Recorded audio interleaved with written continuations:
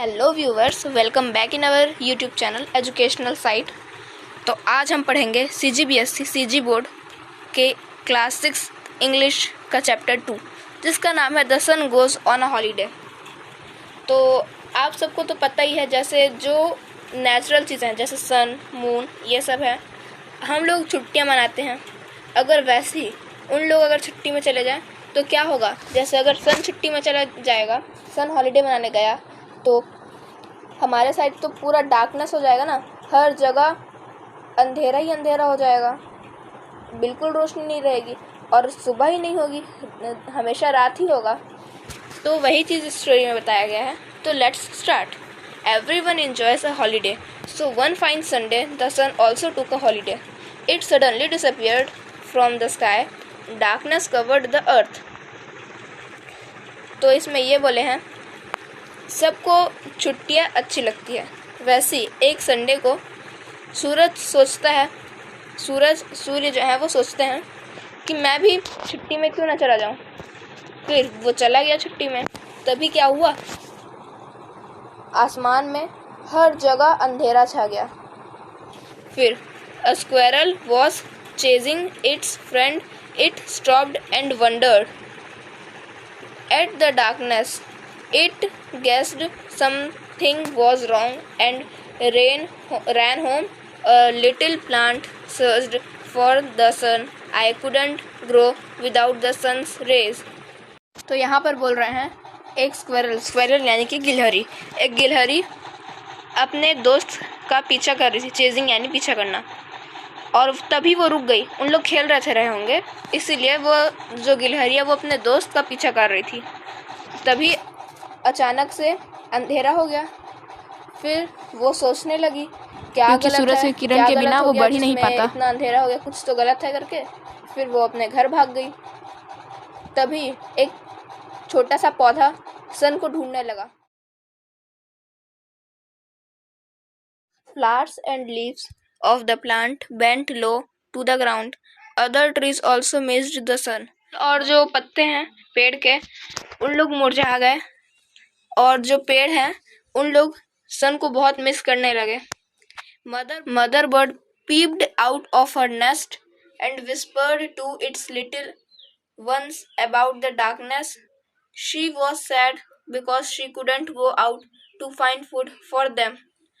तो जो मम्मी चिड़िया है, वो अपने घोंसले से बाहर आती है और वो दुखी होती है कि आज वो अपने बच्चों के लिए खाना ढूंढने बाहर नहीं जा सकती। फिर the bee couldn't find any honey because the flowers didn't bloom, so it went back to its hive. The sun wasn't there, so the wind got stuck up the hill. जो मधुमक्खी है वो भी बाहर नहीं निकल पाई शहद ढूंढने, क्योंकि जब फूल ब्लूम यानी कि जब मुरझाए हुए हैं तो वो उससे शहद कैसे निकालेगी? अब देखो, मधुमक्खी फूलों से शहद निकालती है, और ऐसे फूल जो मुरझाए हुए ना हो, तो जब वो फूल मुरझा गए हैं तो उससे वो शहद नहीं निकाल सकती। और बच्चे तो फिर वो वापस अपने छत्ते में चले गई, क्योंकि वहां पर तो सन था नहीं। फिर Men, women and children stopped working. They opened their windows and said, "What happened to the sun?" तभी अपनी खिड़कियां खोले और बोले, "What happened to the sun?" सूरज को क्या हुआ? It was very quiet everywhere, and the warm earth of the sun was missing too. All of them prayed for the sun to rise. वहां चारों ओर सन्नाटा छा गया था, और सभी धूप की जो गर्मी है उसे मिस कर रहे थे, और सभी प्रे कर रहे थे कि सन वापस उग जाए, वापस आ जाए। The sun looked down from its adobe. The stillness on the earth shocked the sun. The sun felt sorry. तो सन जो है, एडोब यानी अपने घर से, सन जो है वो अपने घर से देखता है कि पृथ्वी में तो सब कुछ एकदम रुक सा गया है उसके ना होने पे। तो फिर जो सन है वो अपने ऊपर शर्मिंदगी महसूस करने लगा। फिर the earth seemed lifeless. This made the sun very sad, so he decided to stop his holiday and start shining again. तो फिर द अर्थ सीम्ड लाइफलेस, यानी कि जो अर्थ है वो सूरज के बिना